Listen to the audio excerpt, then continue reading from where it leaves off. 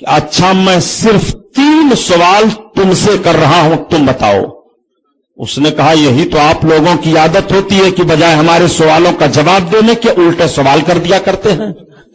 سرکار مفتی اعظم ہند نے فرمایا کہ میں تمہارے 14 سوالوں کو سنتا رہا اور الحمدللہ تمہارے سارے سوالوں کا میں جواب دوں گا۔ 3 سوالات سننے میں کتنا وقت لگتا ہے، سن لو خالی تم بس، جب میں تمہارے سوالوں کا جواب نہیں دوں گا تبھی کچھ کہنا۔ کہا اچھا بتائیے آپ کا سوال کیا ہے؟ سرکار مفتی اعظم ہند فرماتے ہیں اچھا یہ بتاؤ کہ شریعت کا حکم اس مولوی کے لیے کیا ہے جو قرضہ لے کر کے اپنے شہر سے دوسرے شہر میں بھاگ آئے اور دینے کی نیت نہ رکھے؟ یہ ایک سوال ہمارا ہے۔ اور دوسرا سوال یہ ہے کہ اس نوجوان مولوی باپ کے لیے کیا حکم ہے جس کا بیٹا اپاہج ہے اور بھیک مانگ کر کے کھاتا ہے اور باپ اپنے بیٹے کی پرورش نہیں کرتا ہے، اس کے لیے شریعت کا حکم کیا ہے؟ تیسرا سوال ہمارا یہ ہے کہ اس نوجوان مولوی کے بیٹے کے لیے کیا حکم ہے جس کی ماں کمزور ہو گئی ہے، بھکھارن بن کر کے چوراہے پر بھیک مانگ رہی ہے اور بھیک مانگ مانگ کر کے اپنا گزارا کر رہی ہے، اس کا بیٹا مولوی ہے، جوان ہے، اپنے ماں کی خدمت نہیں کرتا ہے، شریعت کا حکم اس کے لیے کیا ہے؟ جیسے تینوں سوال پورا ہوا وہ چیخا، اس نے کہا حضور رہنے دیجئے، وہ نوجوان مولوی میں ہی ہوں جو قرضہ لے کر کے بھاگ آیا ہوں، وہ میں ہی ہوں جس کا بیٹا اپاہج ہے، وہ میں ہی ہوں جس کی ماں بھیک مانگ رہی ہے۔ بس ہماری عقل سے اب پردہ ہٹ گیا اور بات سمجھ میں آ گئی کہ بریلی کے مولانا مصطفیٰ رضا خان کا جب یہ علم ہے غلام مصطفیٰ کا، تو مدینے کے مصطفیٰ کا علم کتنا ہوگا؟ بس تکبیر، نعرے وہ سرکار مفتی اعظم ہند ہیں۔ دیکھو اس کے سارے 14 سوالوں کو 3 سوال میں حل فرما دیا۔ اعلی حضرت بہت پہلے کہہ گئے تھے کہ تم میرے آقا کے علم کے تعلق سے سوال کرتے ہو، اور کوئی غیب کیا تم سے نہا ہو بھلا، اور جب نہ خدا ہی چھپا تم پہ کرو سبحان اللہ، بے شک۔ اور یہی سرکار مفتی اعظم ہند کی بات آ گئی تو میں بتاؤں، سرکار مفتی اعظم ہند کا علم دیکھو۔ سرکار مفتی اعظم ہند جے پور تشریف لے گئے۔ دیکھیے تقریر تو انشاءاللہ بہت سنیں گے آپ، کیسٹیں بہت گھوم رہی ہیں، رضا انٹرپرائز کا نوجوان یہاں بھی آیا ہے کیسٹ بنانے کے لیے۔ میں نے کہا اس میں کیا آپ بناؤ گے، کون سی کیسٹ؟ جتنی کیسٹیں بنائے ہو وہی لوگوں تک پہنچا دو۔ چونکہ فخر عظیم صاحب اور مولانا عطاء الرحمان صاحب نے کہا آپ کو اس عنوان سے تقریر کر دینی ہے۔ فخر عظیم صاحب تو کہہ رہے تھے حضور کا بچپن آپ بیان فرمائیے، تو میں حضور کا بچپن بیان کب کروں گا، کتنا وقت ہے؟ اب کی بار جب آپ کا محلہ بہت بڑا جلسہ منعقد کرے گا تو بہت بڑی تقریر ہوگی انشاءاللہ۔ اس لیے جو بات بتاتا ہوں بہت غور سے سن لو اور یاد رکھو۔ بات چلی ہے سرکار مفتی اعظم ہند کی۔ سرکار مفتی اعظم ہند جے پور تشریف لے گئے۔ سرکار مفتی اعظم ہند رضی اللہ تعالیٰ عنہ جب جے پور سے چلنے لگے اور اسٹیشن پر حضرت تشریف لائے، تمام لوگ حضرت کو بھیجنے کے لیے آئے تھے۔ حضرت نے ایک حاجی صاحب کو کہا حاجی صاحب ادھر آؤ۔ جب حاجی صاحب قریب گئے تو حضرت نے ایک تعویذ دی اور فرمایا حاجی صاحب یہ تعویذ لے لو، ابھی ٹرین آئے گی اور جب ہم سب چلے جائیں گے ٹرین کے چھوٹنے کے 2-3 منٹ کے بعد جہاں ٹکٹ بٹتا ہے اس کھڑکی کے سامنے ایک عورت آئے گی جو پیلی پیلی چادر اوڑھے ہوگی، اسی کو یہ تعویذ دے دیجئے گا۔ سبحان اللہ۔ سرکار مفتی اعظم ہند کی نگاہ دیکھو، حاجی صاحب نے تعویذ لے لیا، ٹرین آئی، معتقدوں نے سلام و دعا کی چھاؤں میں اپنے مرشد کو روانہ کیا